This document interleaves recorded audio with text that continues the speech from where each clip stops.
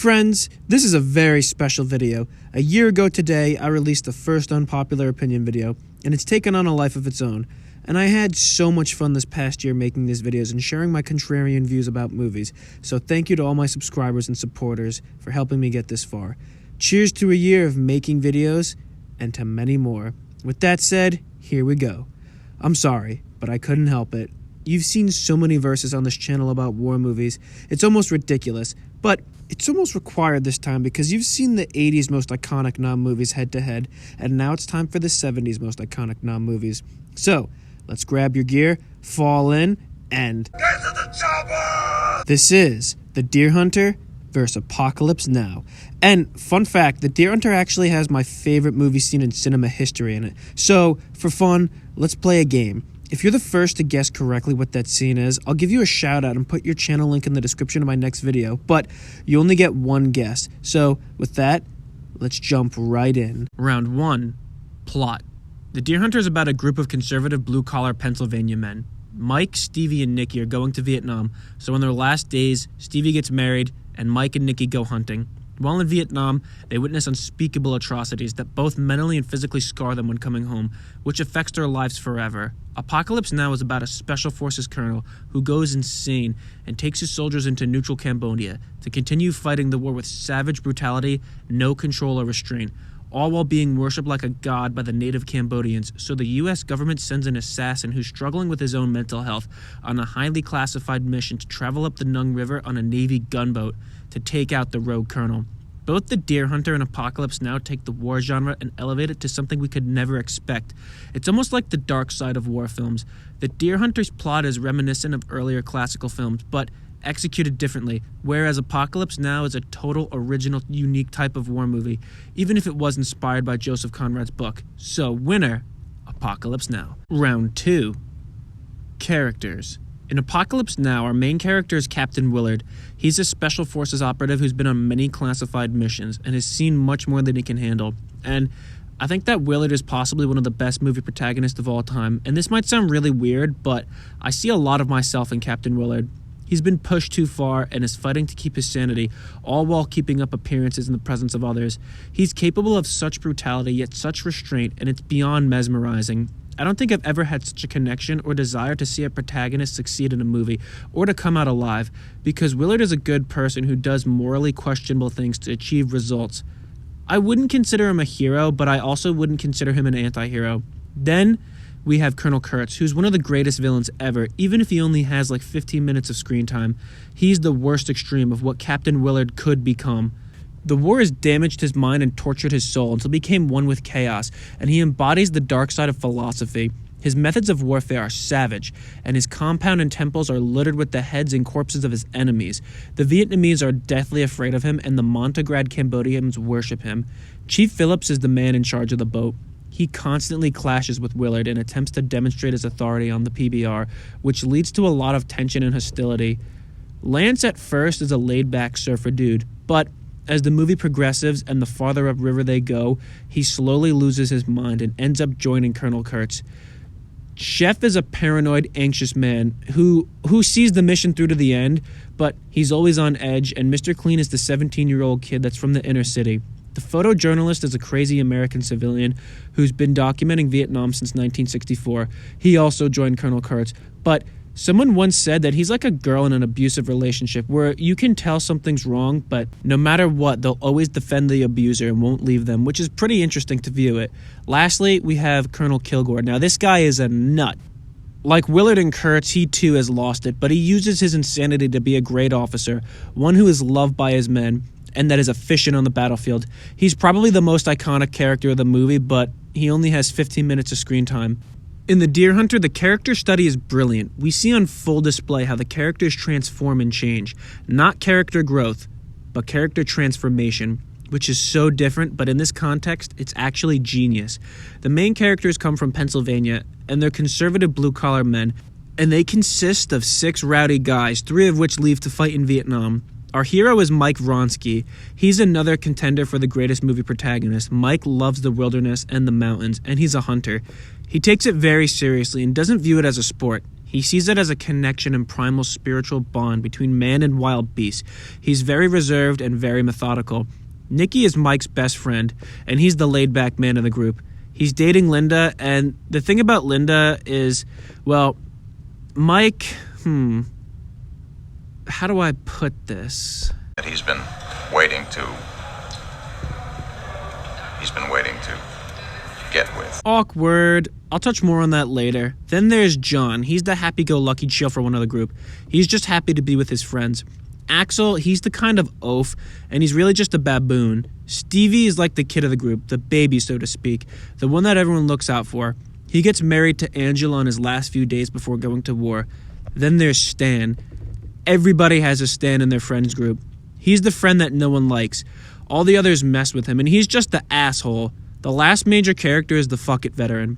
He's a major minor character, and he only has 2 lines, but his part in the movie is so integral. We first meet him at Stevie's wedding when he walks to the bar and just sits there with the 1,000-yard stare on his face. When Mike, Stevie, and Nicky go up to him and ask him what they should expect in Vietnam, all he says is, "Fuck it." Fuck it. What do you say? Fuck it, that's what I... Well, what's it like over there? Can you tell us anything? Fuck it. That's genius foreshadowing of what is to come. We see their lives before the war, during the war, and after the war. The movie could have just as easily started in Vietnam and made references to the character's past life, then show the devastation. But it wouldn't have been as powerful because seeing our characters actually live lives for basically over an hour before heading to Vietnam really shows us who they are. When the guys are in Vietnam, Stevie can't handle it and cracks hard. Nicky's no longer the nonchalant and go-with-the-flow kind of guy, and Mike really steps up to take charge and handle the situation, which is a testament to the quiet, reserved guy always being the one who has their shit together, and when things go crazy, they're the ones you can count on. In Vietnam, we first see Mike in a pile of dead bodies, and he's become a machine of warfare. He's so caught up in it that when he runs into Stevie and Nicky, he doesn't recognize them. Upon returning home, Mike is disturbed and having a hard time handling his traumatic experiences, and after being tortured and forced to play a game of death against his best friends, he can no longer kill a deer, which devastates him. Stevie is physically crippled after breaking his legs falling out of the chopper that saved the 3 men. You can tell he has problems, and he's a little mentally unhinged, but he's not totally gone. Nicky, on the other hand, he's a total mess. After the guys get separated, he stays in Saigon and gets tangled up in an underground Russian roulette ring and loses himself to drugs and his inability to cope with the past. So after a long time, when Mike comes back to Vietnam to save him, he's already too far gone. Much like how Mike didn't recognize Nicky from battle fatigue, Nicky doesn't remember Mike anymore or know who he is. And that leads to one of the most epic showdowns in history. Lastly, Linda, who is Nicky's girlfriend before the war, is depressed and confused over not seeing Nicky anymore, and ends up falling for Mike. Now, I apologize for that really long explanation, but it was necessary. I think the Deer Hunter is much more relatable and realistic with its characters, because we all have people in our lives like that. We all have the asshole of the group, or we all have the reserved friends who keeps his emotions in check, and we've all had interest in one of our friends' girlfriends at one time or another. So, winner, the Deer Hunter. Round 3. Performances. I've stated that every actor who worked on Apocalypse Now should have won an Oscar, and I'm going to stick with that. Marlon Brando with his really deep speeches and heavy monologues is one for the ages, and Martin Sheen, wow, he really came to play to make this movie. He came out swinging. He truly captured the look of a soldier who's been pushed too far, but is still fighting to prevent losing heart. Dennis Hopper really is crazy and is such an amazing performer, but The Deer Hunter features Robert De Niro at his best, Christopher Walken at his most serious, and Meryl Streep at her most overrated. And of all the great actors here in Hollywood, one in particular has stood the test of time for her many uninspiring and overrated performances. The highly overrated Meryl Streep, everyone. And let's look at John Savage. It's actually crazy that he isn't a superstar because of this film. His performance was truly incredible. Winner, The Deer Hunter. Round 4, sounds and special effects. When it comes to audio in movies and television shows, depending on the quality, it can either make or break the film. So Apocalypse Now has really amazing gunfire effects, and they sound amazing and hold up very well for its time. Not only that, but the napalm and explosions effects were so beautiful it looked ultra real. Not only that, but the tracer round effects used in most of the battle sequences were so innovative. Since there were limits to special effects, the approach they used to make the tracer bullets was to have bottle rockets and fireworks being set off by the actors, but it looks so cool, even if it is really slow. In the Deer Hunter, the audio for the firearms are actually really disappointing because the sound effects weren't good. It's not like crappy yet awesomely gritty sound effects with deeper bass like in Platoon or the Dollars trilogy. They're just really dull, more like thuds than booms or bangs. Like the sound of the automatic rifles, they sound like water being smacked. That's the best way I can describe it. Just listen for yourself.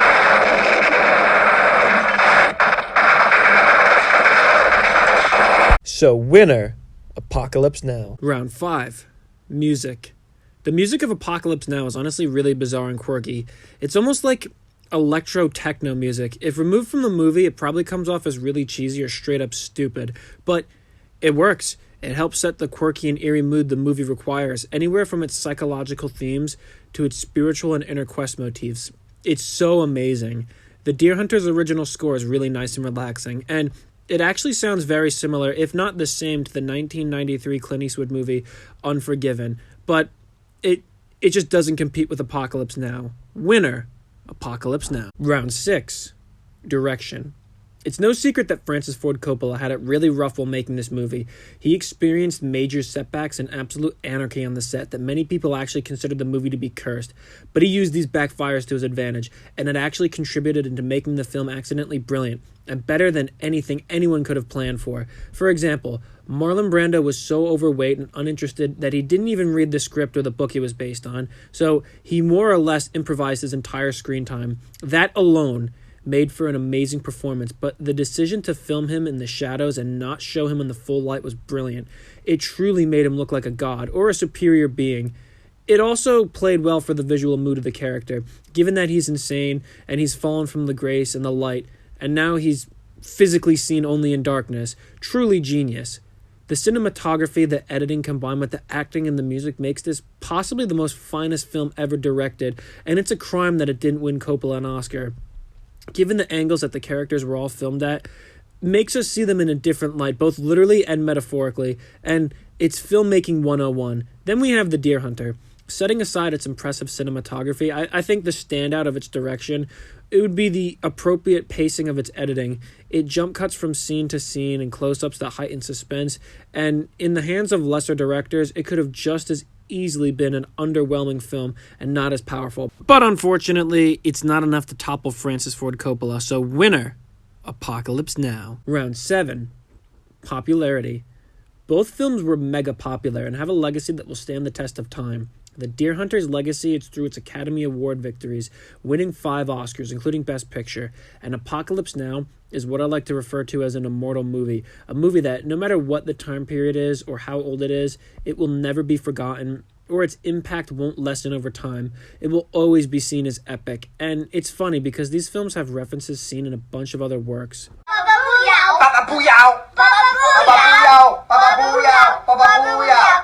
Sounds like a scene from Deer Hunter. Mao! Are you an assassin? I work for your mail order catalog. You're an errand girl sent by grocery clerks to collect a bill. Well, actually, I do have a bill here. These movies are just too big to compare on the popularity scale, so this round is a tie. Round 8. Climax. The climax of each movie has made some serious blows to the film industry on how to finish a movie. In Apocalypse Now, after tediously going up the river and the crew and the audience being pushed to the limit, we finally get to Cambodia, and it always gives me a second wind, because by that point it's a totally different movie. Willard gets captured by Kurtz's men and Lance joins them. Chef is decapitated, and Kurtz employs Willard to join him. And honestly, after all Willard has been through, after all he's fought to keep his sanity, it does look like he's going to give in to Kurtz, but he finally goes in for the kill. And when he does, the natives bow down to him because he's their new god. And after a sense of hesitation and possible consideration and resistance to the temptation, he doesn't give in to the power of being the god of the Cambodian people. He leaves, and it's an eerie sequence to watch. But in The Deer Hunter, Mike volunteers to go back to Saigon before it crumbles in order to fulfill a promise to Nick to not leave him behind. And after a sad reunion where Mike realizes that Nick is beyond saving, he faces him in one last brutal game that caused all their pain, even though he knows it's in vain. This was so intense, captivating, because the game, it only ends in death. Only one person can walk away from the game. They escaped last time, but now we don't know who's going to make it out. Just when it seems like Nick is about to snap out of it, he ends the game with one final goodbye. One shot. One shot. One shot. Yeah. This leaves Mike and the audience heartbroken, and what's really interesting about the movie is it starts with a wedding and it ends with a funeral, which is very symbolic. So this round goes to the Deer Hunter. Get out of here! Winner, the Deer Hunter. Round 9. Battles. What are you talking about? There's literally no battle scenes in The Deer Hunter. If I wanted to be a dick, I could end this round right now, but I do need to discuss some of the combat of this movie. There's one scene which is totally phenomenal and almost perfectly captures the chaos and insanity of Vietnam, and that's the village massacre. What makes the scene so powerful was right before it happens, Michael, Nick, and the gang go back to the bar to celebrate the deer they killed on their last night before the army. They're all partying, happy, and having a great time, and John starts to play a sad song on the piano. Little by little, one by one, the gang slowly stops laughing, and their smiles fade as the realization that this might be their last time together, or everything's going to change after this point.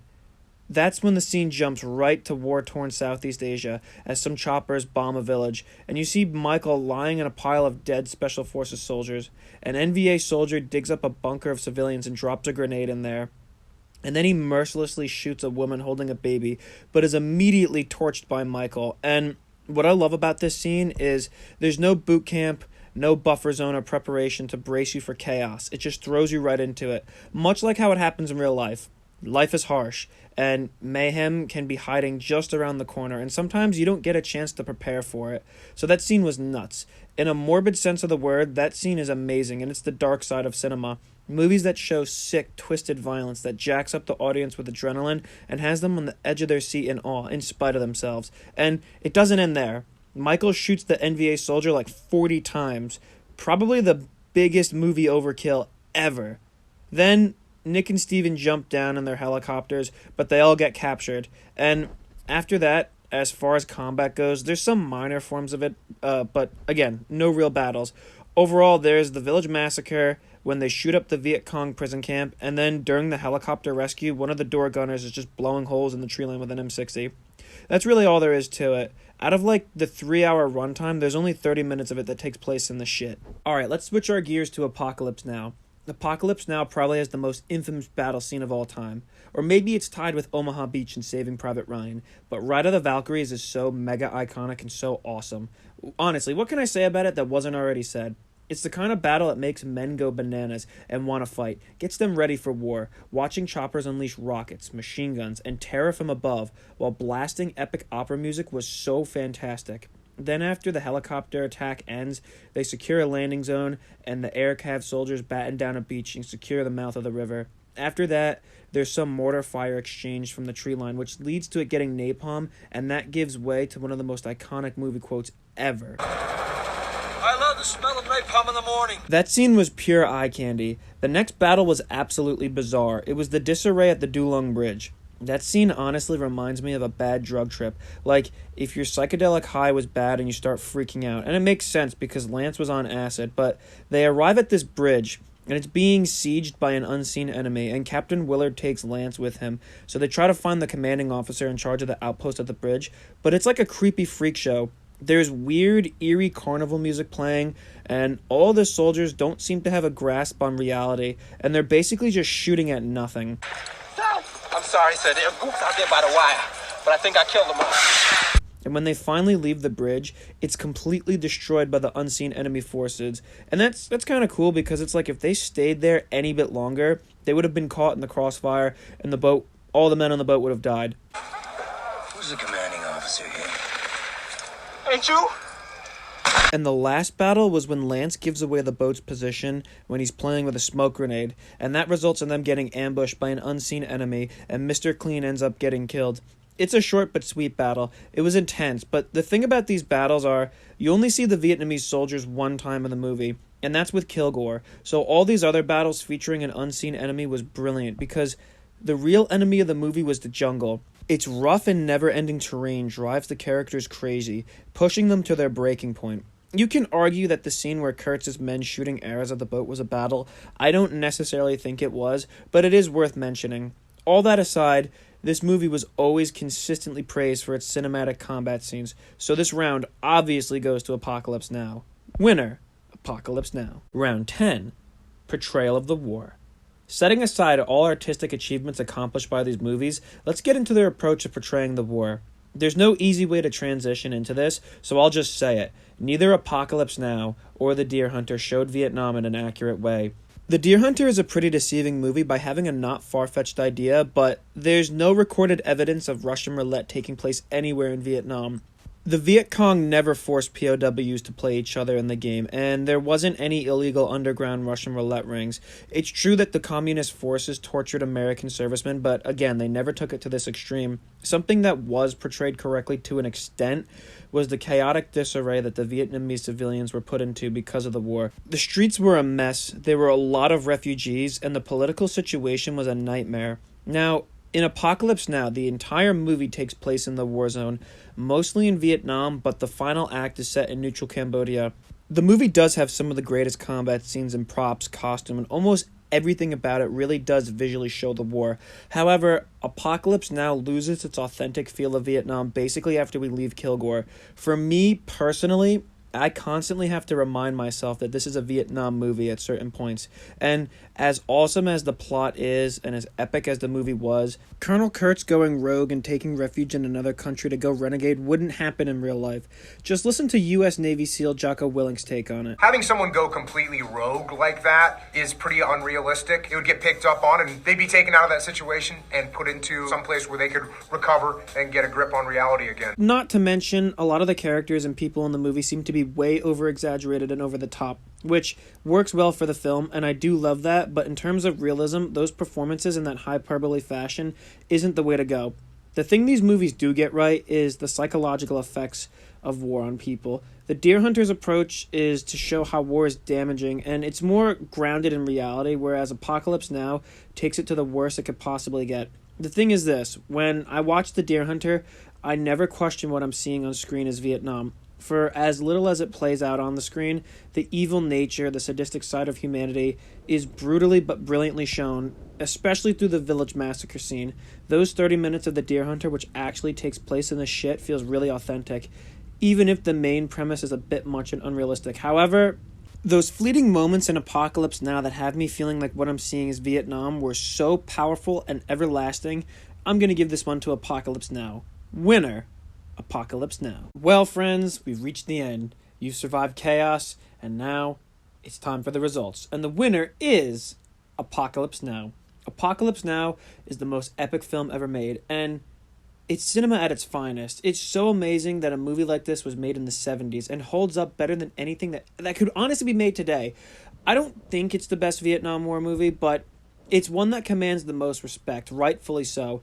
I love The Deer Hunter, and it kind of looked like it got the short end of the stick, but it really didn't. It's a masterpiece among masterpieces, but it was outgunned by the Juggernaut, which is Francis Ford Coppola's epic vision of Vietnam.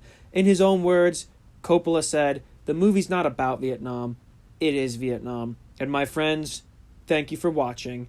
And thank you for helping me celebrate 1 full year of Unpopular Opinion. As always, comment below on what you think and what you'd like to see next. And I'll see you on the next Unpopular Opinion.